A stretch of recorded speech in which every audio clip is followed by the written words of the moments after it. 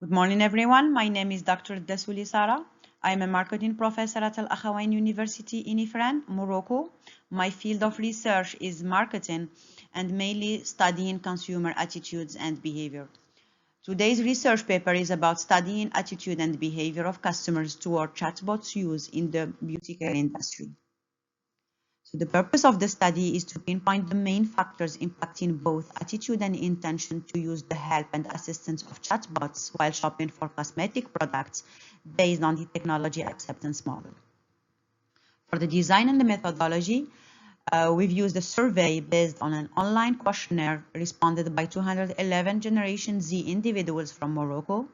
The sampling technique used is convenience and self-selection.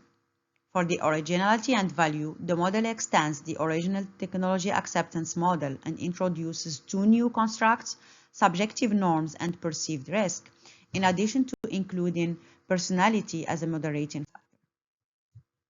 The study focuses on conversational chatbot types, which mimics human conversations and comes in the form of a pop-up chat window to assist consumers. It helps them with product research, product reviews, and product comparison. It assists customers through the buying process of products and their tracking while offering them gifts and coupons.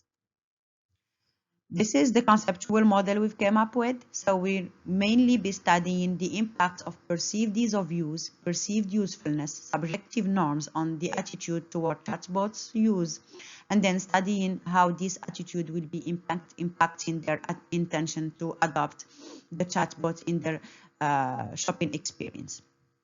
We are also concerned by studying the impact of perceived risk on the final intention of adopting chatbots. Then we will study the moderating effect that personality might have on the relationship between perceived ease of use and attitude.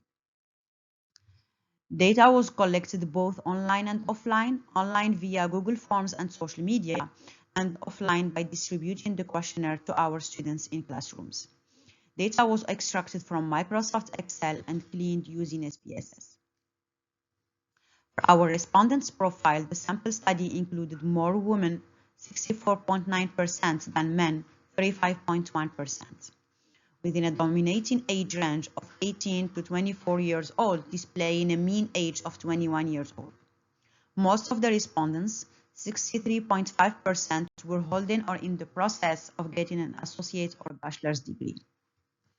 Hypotheses were tested by using partial least square structural equation modeling, and the Smart PLS software was used as it can display detailed description of the relationship between variables and is considered as most suitable when the model is complex. We first assessed our measurement model. So as we can see from the table, the model's reliability has been proven since all Cronbach's alpha and composite reliability values were greater than 0.7.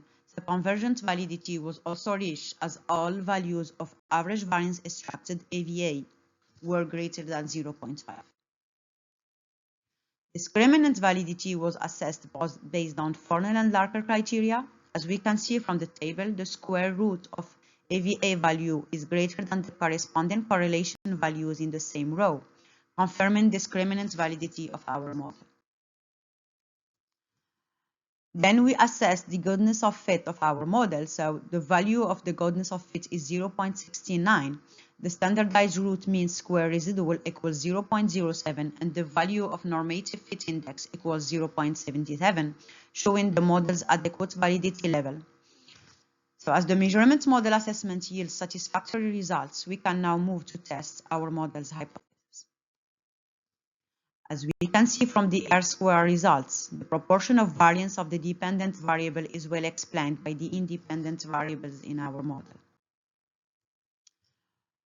Also, there is a good predictive relevance since all the Q-square values are greater than 0. The hypotheses of this research were tested by using Smart PLS based on a bootstrapping of 5,000 samples to test the statistical significance of path coefficients and their 95% of confidence level. So all our hypotheses were supported except for the hypothesis number 4, stipulating a relationship between personality and behavioral intention, for which the p-value was greater than 0.05. This is our structural model. For the moderating effect of personality, it was not supported because the p-value was greater than 0.05. So we cannot say that there is a moderating effect of personality on the relationship between perceived ease of use and customers' attitudes toward chatbot technology. So the primary finding regarding perceived ease of use, perceived usefulness, and subjective norms positively impacting the attitude toward chatbots used is mainly supported by the literature. For example, it was shown that engaging in a service that involves a sense of simplicity and easiness allows the user to develop a positive attitude towards it. Similarly, if a provided service contributes to helping its user execute tasks in an efficient manner, the consumer develops a positive attitude towards it. Customers' acceptance of technology is biased by their surrounding as a supporting claim for the subjective norms impact. The secondary finding reveals that perceived risk does not impact Generation Z's behavioral intention to use chatbots. It's also widely supported by the literature, so it is common for young customers to trust and use technologies to attain their goals without taking any other further considerations. Finally, when Generation Z consumers develop a positive attitude towards chatbots, they intend to use them. This is largely supported by the theory of planned behavior and many other resources who showed that attitude is a major determinant of online purchase intention for beauty products, and that in the beauty industry, the more users develop positive attitudes toward chatbots, the more they are willing to adopt them as part of their online experience. Our research has mainly two practical implications. The research provides new insight for retailers and the implementation of chatbots at the point of sale. Then business owners should be aware of the usefulness of and implementation of technology for Generation Z. For the theoretical implication, the paper provides insights into the motives behind customers' attitudes and behaviors toward chatbots in the beauty care industry and can be relied on as a guideline for implementation technology to boost sales and build strong relationship with customers.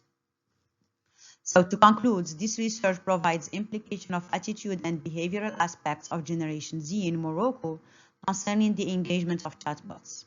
Moreover, this study provides insight on what to expect from customers when Moroccans are willing to implement a virtual online experience.